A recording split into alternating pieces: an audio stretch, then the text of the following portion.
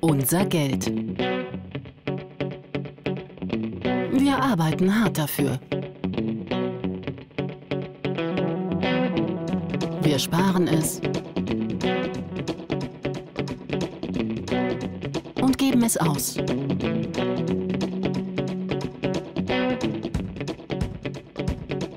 Wir benutzen es jeden Tag.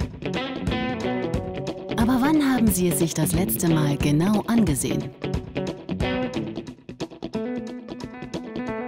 Entdecken Sie den neuen 5-Euro-Schein. Fühlen Sie das Relief. Sehen Sie sich das Wasserzeichen an. Kippen Sie den Geldschein, um das Hologramm und die Smaragdzahl zu sehen. Hinschauen lohnt sich. Der Euro. Unser Geld.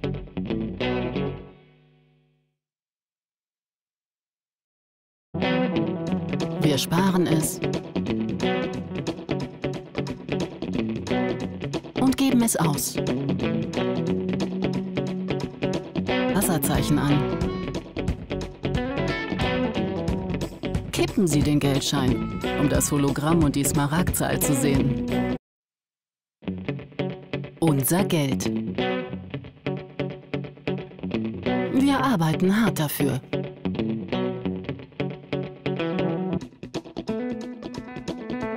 Entdecken Sie den neuen 5-Euro-Schein. Fühlen Sie das Relief. Sehen Sie sich das... Wir benutzen es jeden Tag.